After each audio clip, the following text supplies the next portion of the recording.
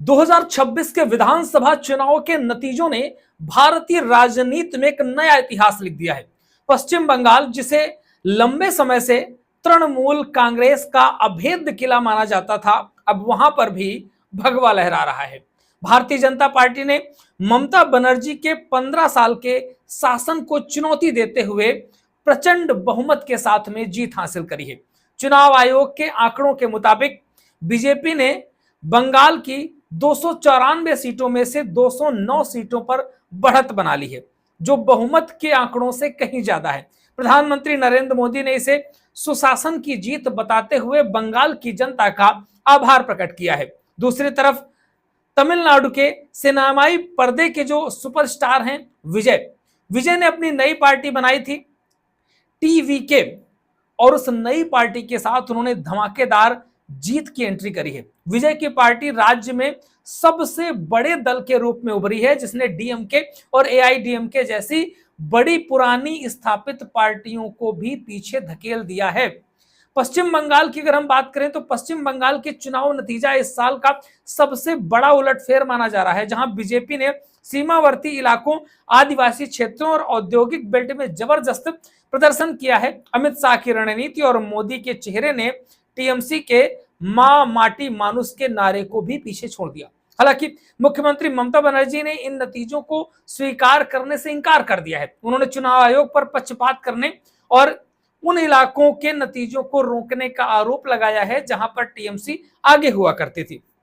ममता ने कल्याणी में मशीन में गड़बड़ी का भी दावा किया, लेकिन रुझान बताते हैं कि अब वापसी मुश्किल है। पश्चिम बंगाल चुनाव पे लगभग फैसला हो चुका है और भारतीय जनता पार्टी पूर्ण बहुमत के साथ सरकार बनाती हुई नजर आ रही है। वहीं पर हम तमिलनाडु के चौंकाने वाले जो रिजल्ट हैं उनकी बात करें तो सुपरस्टार विजय ने द्रविड़ राजनीति के दशकों पुराने वर्चस्व को तोड़ दिया है। उनकी पार्टी टीवीके ने 107 सीटों पर जोरदार बढ़त हासिल करी है। मौजूदा मुख्यमंत्री एमके स्टालिन खुद अपनी सीट से पीछे चल रहे हैं और उनके मंत्रिमंडल के 15 मंत्री हार चुके हैं। तो विजय के जो वादे थे जनता के साथ में, जैसे महिलाओं को 2500 रुपए महीना, शादी के लिए 8 ग्राम सोना जैसी कुछ बात थी, जनता के बीच में वो सारी चीजें बहुत ज्यादा पॉपुलर रही और ये जीत का एक बड़ा कारण माना जा रहा है कि विजय की जीत का एक बड़ा कारण है कि उन्होंने जिस तरीके के जो वादे किए थे वो बड़े महत्वपूर्ण थे। और जयललिता जैसे सितारों की श्रेणी में अब विजय भी आकर के खड़ी हो गए हैं और उनकी जो राजनीतिक सफलता एक बड़ी सफलता के रूप में देखी जा रही है, क्योंकि भाई पहली बार पार्टी बनाना और इस तरह की जीत हासिल करना एक बड़ी सफलता तो कहीं ना कहीं है। केरल की अगर हम बात करें तो केरल ने इस बार अपनी परंपरा को निभाते हुए सत्ता परिवर्तन किया है। यहाँ कांग्रेस के नेतृत्व वाली यूडीएफ ने 140 में से 100 सीटें जीत करके वामपंथियों का सुपड़ा साफ कर दिया है। प्रियंका गांधी और वायनाड के सांसद ने इस जीत के लिए केरल की जनता का शुक्रिया अदा किया है। असम में मुख्यमंत्री हेमंत बिस्वा शर्मा के नेतृत्व में बीजेपी ने अपनी पकड़ मजबूत करी है। बीजेपी गठबंधन ने जहां पर 102 सीटों पर कब्जा कर लिया है, जबकि कांग्रेस 21 सीटों पर सिमट करके रहेगी। भाजपा के नेता सुवेंद्र अधिकारी की बात करें तो सुवेंद्र अधिकारी ने भवानीपुर सीट पर ममता बनर्जी को 15,114 वोटों से हरा दिया। यह जीत 15,000 से अधिक वोटों के अंतर से हुई है।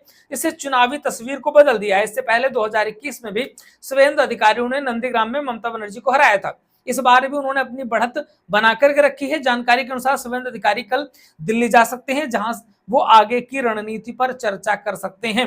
अब देखने वाला विषय ये होगा कि सुवेंद्र अधिकारी को मुख्यमंत्री बनाया जाता है या भारतीय जनता पार्टी अपने चिर परिचित अंदाज में कोई नया चेहरा ही मैदान में उतार देती है। ये तो देखने वाली बात होगी। अब धीरे धीरे क्लियर होते चले जा रहे हैं। अभी कुछ देर में सारी चीजें क्लियर हो जाएंगी कि कौन सी सीट किसने जीती है। फिलहाल भारतीय जनता पार्टी पश्चिम बंगाल में अपनी सरकार बनाती नजर आ रही है। बाकी आपका क्या कहना है इस बारे में लिख डालिए कमेंट बॉक्स में। लगातार अपडेट्स आपको देते रहेंगे। हमारे साथ जुड़े रहिए। चैनल को सब्सक्राइब नहीं किया है कर जरूर लीजिएगा।